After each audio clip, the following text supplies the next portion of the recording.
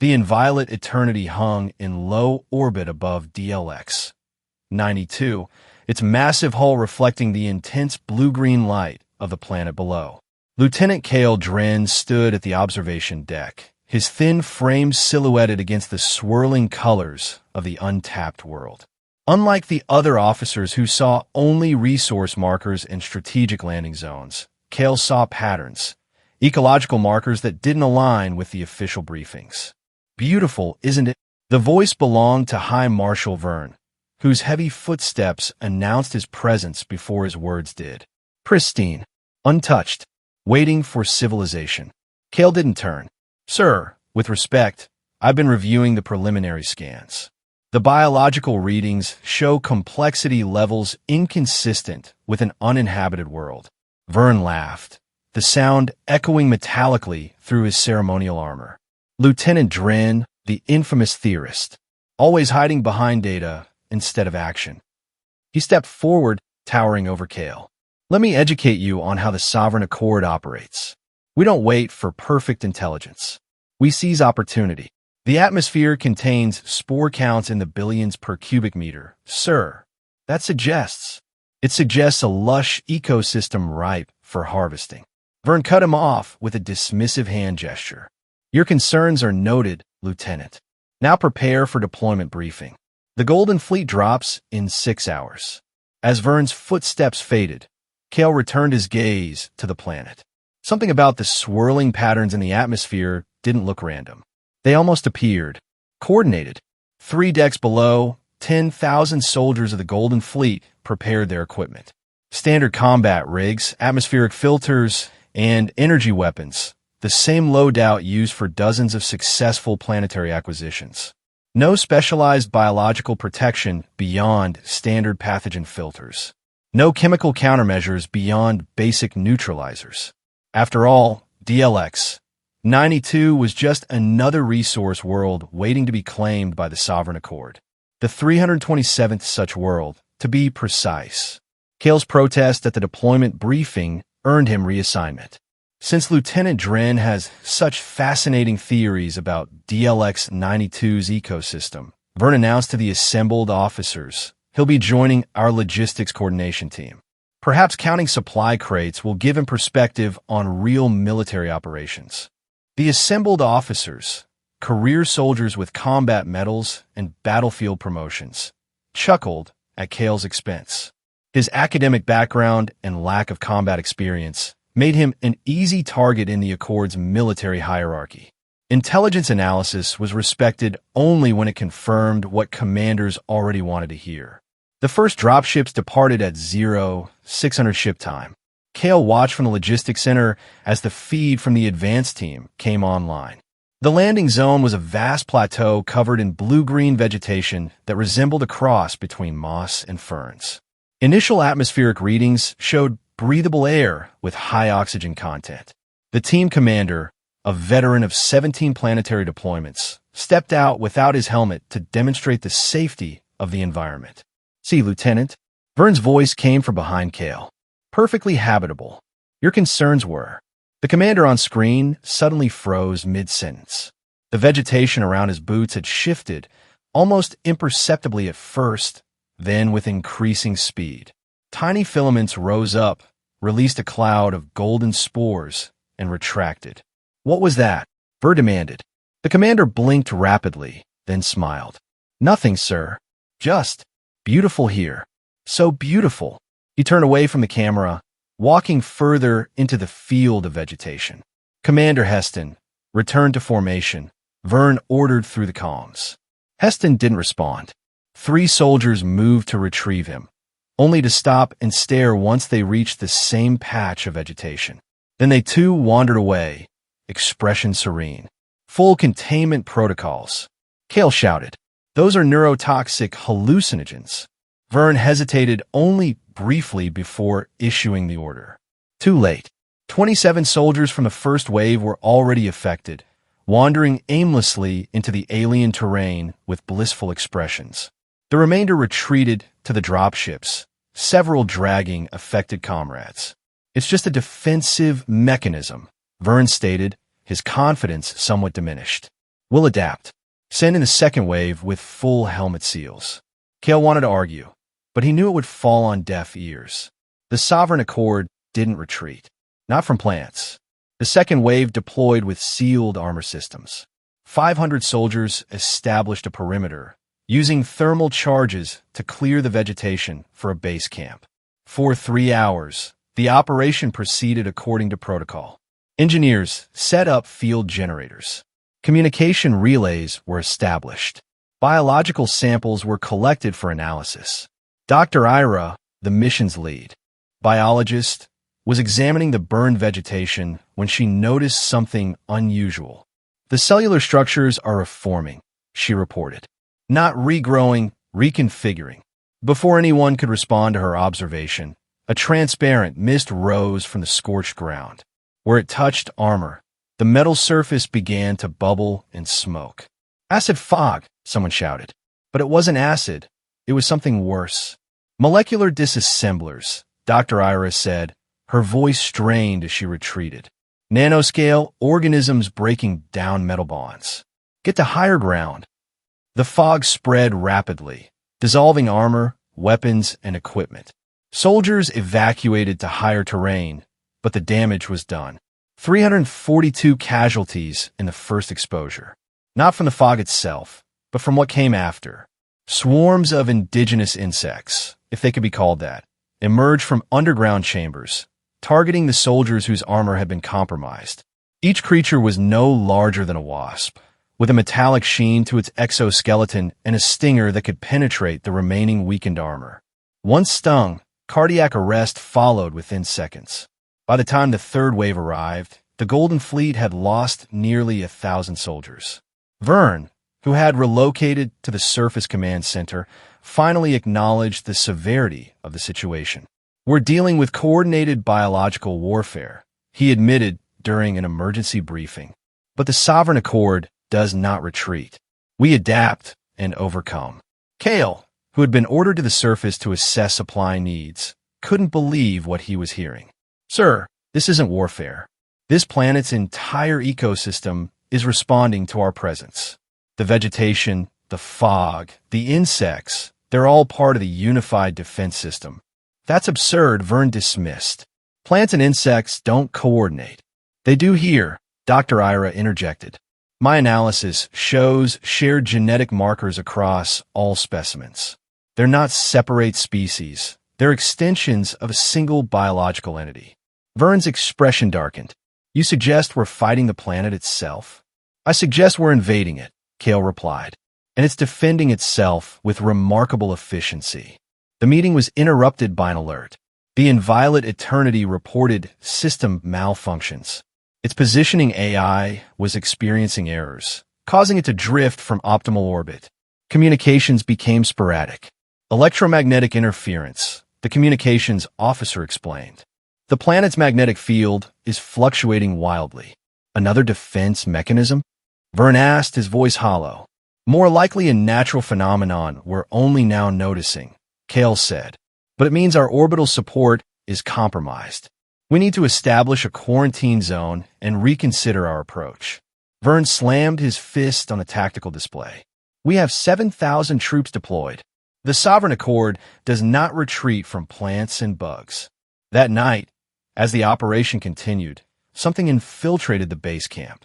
Not an organism, but something almost invisible to detection equipment. Spores. Microscopic fungal spores that settled in the sleeping quarters, germinating in the warm, humid environment. By morning, 3,000 soldiers were experiencing hallucinations. Not peaceful wandering as with the first contact, but violent, terrifying visions. Some attacked their comrades. Others fled into the wilderness. Medical staff were overwhelmed. We need to evacuate, Kale insisted during an emergency meeting with the remaining command staff. This planet isn't just defending itself, it's escalating. Dr. Ira nodded grimly. The fungal spores have evolved overnight. They're targeting our neurotransmitters with precision. This isn't random mutation, it's directed evolution. Vern, who hadn't slept in 36 hours, stared at the tactical display showing the diminishing green dots of active soldiers. The Sovereign Accord has never abandoned a planetary acquisition, he said, but his voice lacked conviction. Then this will be the first, Kale replied. Unless you want it to be our last. The evacuation order came too late. As dropships prepared for emergency extraction, the sky darkened. Not with clouds, but with what appeared to be a shimmering curtain of gold and green particles. Biological rain, Dr. Ira whispered in horror as the phenomenon registered on sensors. The particles descended on the outpost, coating everything and everyone with a fine, glittering dust. Where it touched exposed skin, it burned. Where it entered respiratory systems, it paralyzed. Protective gear provided only partial protection, as the particles seemed capable of finding the smallest vulnerabilities. In the chaos that followed, Kale found himself separated from the main evacuation group. With him were 3 soldiers and Dr. Ira, all racing toward a secondary extraction point where a scout ship was waiting. They never made it. The ground itself seemed to shift beneath them, hurting them away from their destination. Vegetation grew at impossible speeds, blocking paths moments after they were chosen. Dr. Ira fell first, dragged beneath the surface by what appeared to be roots, but moved with the purpose of tentacles. The 3 soldiers fell one by one, each to a different biological horror. One was engulfed by a cloud of microscopic organisms that stripped flesh from bone in seconds. Another sank in a ground that suddenly became like quicksand. The third simply stopped, frozen in place, as tiny filaments grew from the soil up through his boots and into his body. Kale ran, not toward the extraction point. That was clearly impossible, but toward the only feature that offered any hope, a deep ravine cutting across the landscape. The planet's defenses pursued him, but seemed to slow as he approached the edge of the chasm. With no other options, he jumped. The fall should have killed him. Instead, he landed in a pool of viscous liquid that cushioned his impact. As he struggled to the shore, he noticed something strange. The aggressive vegetation stopped several meters from the edge of the ravine. The air was clear of spores and particles. Even the insectoid creatures that had been so relentless elsewhere were absent. He had found a neutral zone in the planet's biological warfare. But why? For 3 days, Kale survived in the ravine. His emergency rations were minimal, but the liquid in the pool proved to be water, albeit with an unusual mineral content. He saw no sign of rescue operations. The inviolate eternity had likely retreated once the scale of the disaster became clear. On the 4th day, while exploring further along the ravine, he discovered the wreckage of a small scout ship. It had crashed recently, perhaps during the chaotic evacuation. The pilot hadn't survived, but much of the equipment was intact, including an emergency beacon. Kale's academic background finally proved useful. Though not an engineer, his theoretical knowledge of communication systems allowed him to repair the beacon. With power diverted from the ship's auxiliary systems, he managed to broadcast a distress signal on all Sovereign Accord frequencies. He had no expectation of rescue. The Accord would have quarantined the entire sector by now. His best hope was that the signal would be logged, providing evidence of what had happened. To his surprise, a response came 18 hours later. Not from the Accord fleet, but from a border patrol vessel that had been outside the communication blackout. They agreed to attempt extraction, despite the quarantine, driven perhaps by curiosity about how anyone could have survived. The extraction was precision work. The patrol ship refused to enter the atmosphere, instead sending down a single pilot craft with magnetic shields that seemed to confuse the planet's defensive mechanisms long enough for a brief landing. Kale had only seconds to board before the biological responses began to overwhelm even this protection. As they accelerated toward orbit, Kale watched through the viewport as the surface of DLX 92 surged with activity. The entire ecosystem was reacting to their departure, as if a single organism was tracking them, which, he now understood, was precisely the case. Back within the Sovereign Accord's core systems, Kale faced a military tribunal. The initial charges were desertion and cowardice, standard procedure when a soldier survived a disaster that claimed his unit. But as the evidence mounted, particularly the drone footage recovered from the scout ship, the mood of the proceedings shifted. The tribunal viewed in stunned silence as the recordings showed the full horror of what had happened on DLX-92. The biological reign, the coordinated defense systems, the impossible speed of adaptation displayed by the planet's ecosystem. The Sovereign Accord has encountered aggressive ecology before, the tribunal's senior officer noted, but nothing like this. Because it's not just ecology, Kale explained. DLX-92 isn't home to an ecosystem. Is an ecosystem, a single, planet-spanning organism with trillions of specialized components. We didn't invade a world, we invaded an entity. After 3 days of deliberation, the tribunal reached its conclusion. DLX-92 would be reclassified as an Omega-level biological exclusion zone. All records of its coordinates would be restricted to the highest levels of command. The Golden Fleet's mission would be officially recorded as lost to navigational error. Kale was honorably discharged, a polite way of ensuring his silence.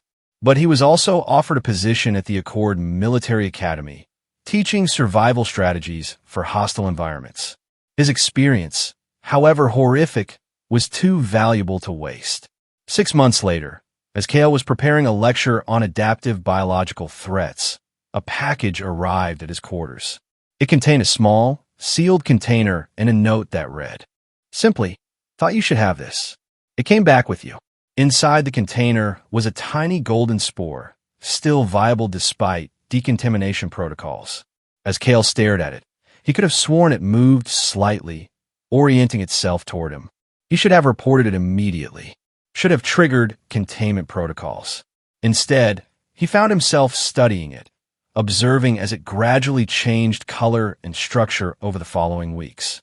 It wasn't growing or reproducing, it was adapting despite being isolated from its parent organism.